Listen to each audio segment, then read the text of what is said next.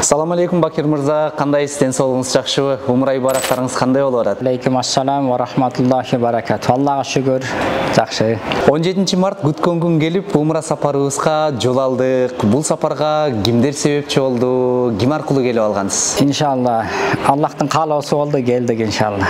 15 күндүк сапарда жүрөбүз. 19 адамдан турган команда менен болдук.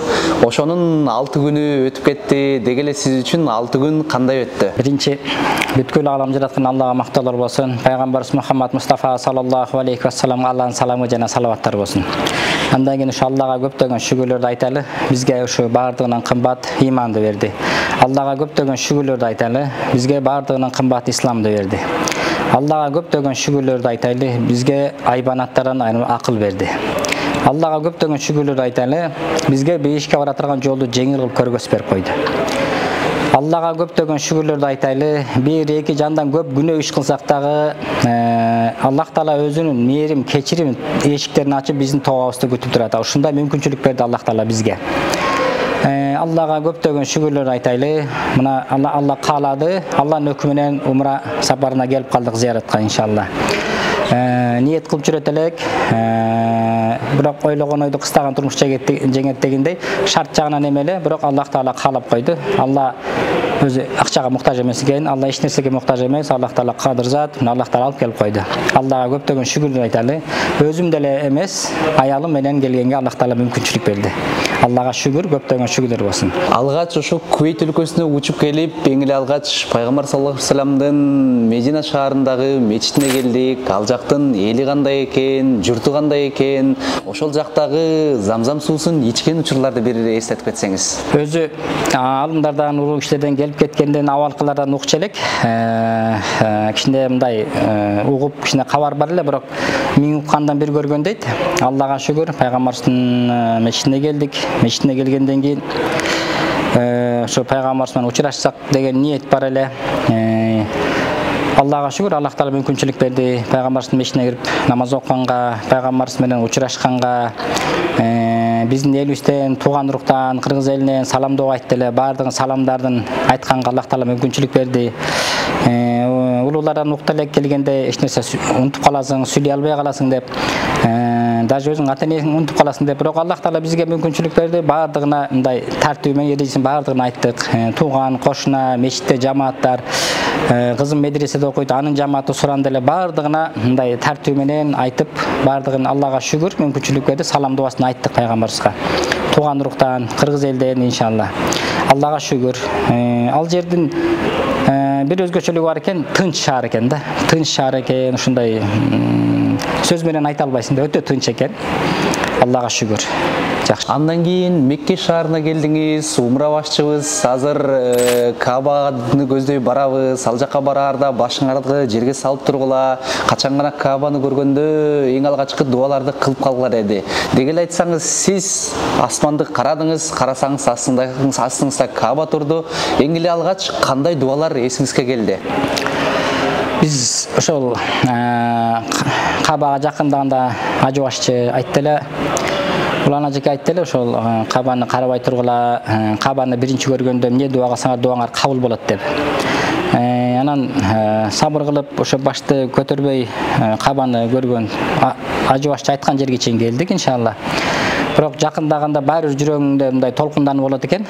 Башкасын билбейм, менде ушундай катуу толкундануу болду. Анан өзүбүз билебиз, биздин жүрөгүбүз мындай өтө катып калгандай сезчим. Аллага шүгүр, ошо Каабаны көргөндө ошо Пайгамбардын мечитинде да ушундай болду эле, жана Куба мечитинде да ушундай болду. Аллах Таала кичине мындай ачты окшойт жибитип. Анан Алладан аябай суранганбыз. Алла ошо биздин жүрөктөрүбүздү оодарып бер, жат басып калган карайган жүрөктөрдү, каныбызды ушу арам нерседен тазалап бер деп суранда элек иншалла.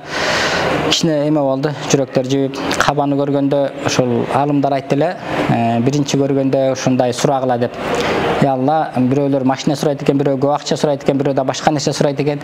Мени дуалары дайым кабыл болуучу адамдардын арасына кошкун деп. Аллах Таала ошол ушуну айтканга мүмкүнчүлүк берди. Биринчи көргөндө ушуну айттык. Алла, сага шүгүр, миң мерте ошо өзүң үйүңдү көргөздөң. мени ушу дуалары дайым кабыл болуучу адамдардын арасына кошкун деп ушуну айттык. Андан кийин анан баягы өзүбүздүн дуаларды кылдык иншалла. Жашыңыз 50 жашка келди. Айтсаңыз ушул 50 жашка келип, эмнелерди түшүндүңүз, эмнелерден сабак алдыңыз, кандай нерселерди кайталоого аракет кылуунун үстүндө жүрөсүз? Мен өзүм жеке оюмда биз өзүбүздүн жерде жүргөндө кичине бир сүрө жаттасак, бир аз намаз окусак, мындай бизде кичине билем деген нерсе пайда болуп калат экен. Бияка келсек эч нерсе билбейт экенбиз.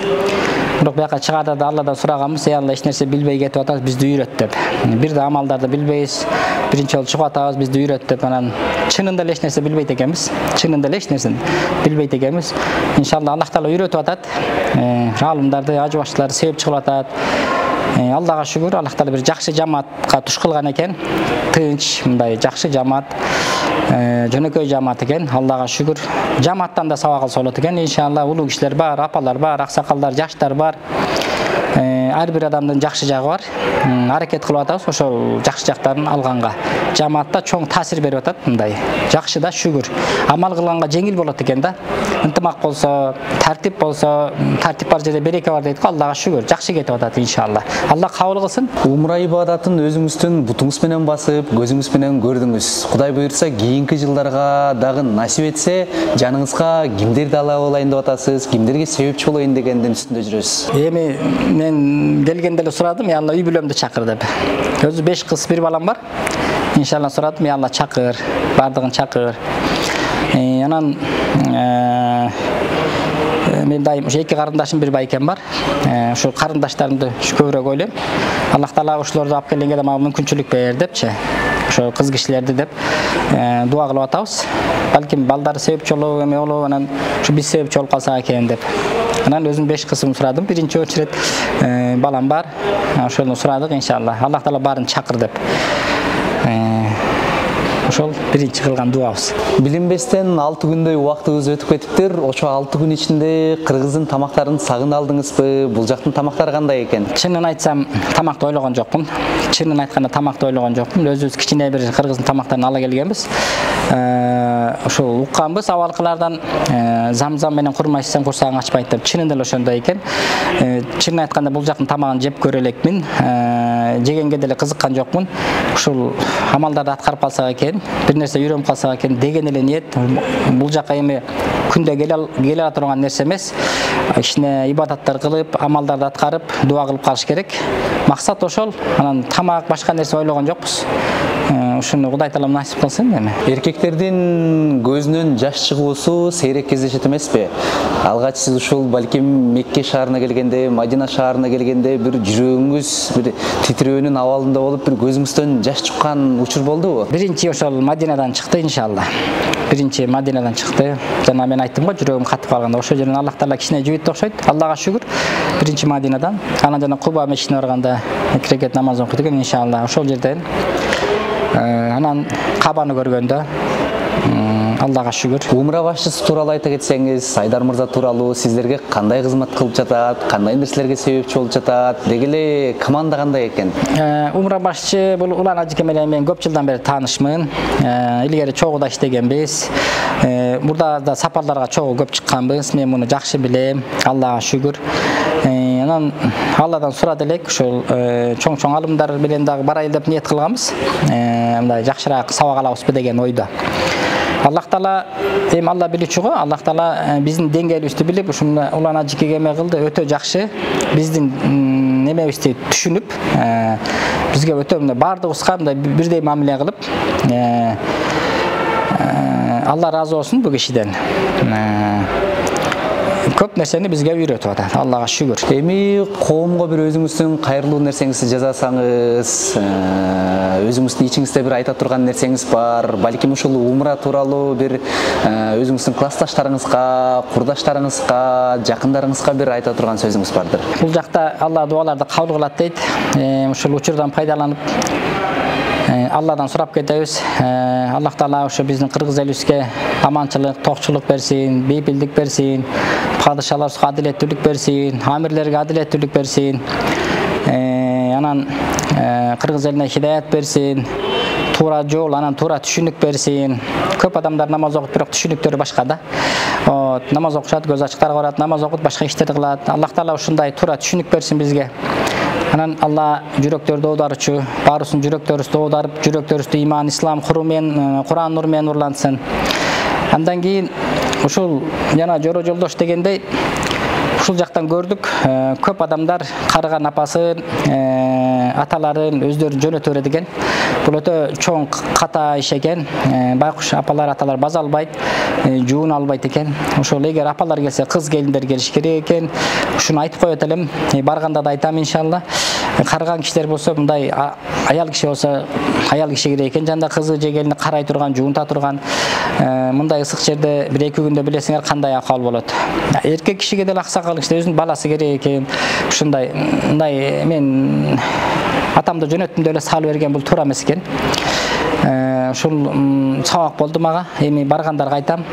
Анан ушул умрага келем деген адамдарга ажылка, чоң ажылка келем дегендер ушу жаш кезде келиш керек экен. Биз ба 70-80 жашты күтүп отурабыз, мында амалдарды кыла деле албайт экен, чынын айтканда. Жаштар кылгандан кыйналып калат экен, ушул күч кубат барда жаш кезде келиш керек экен. Кудай Таалам ушу келем деген бардыгына ушу жаштыгында алып келсин, күч кубаты барда алып келсин иншалла.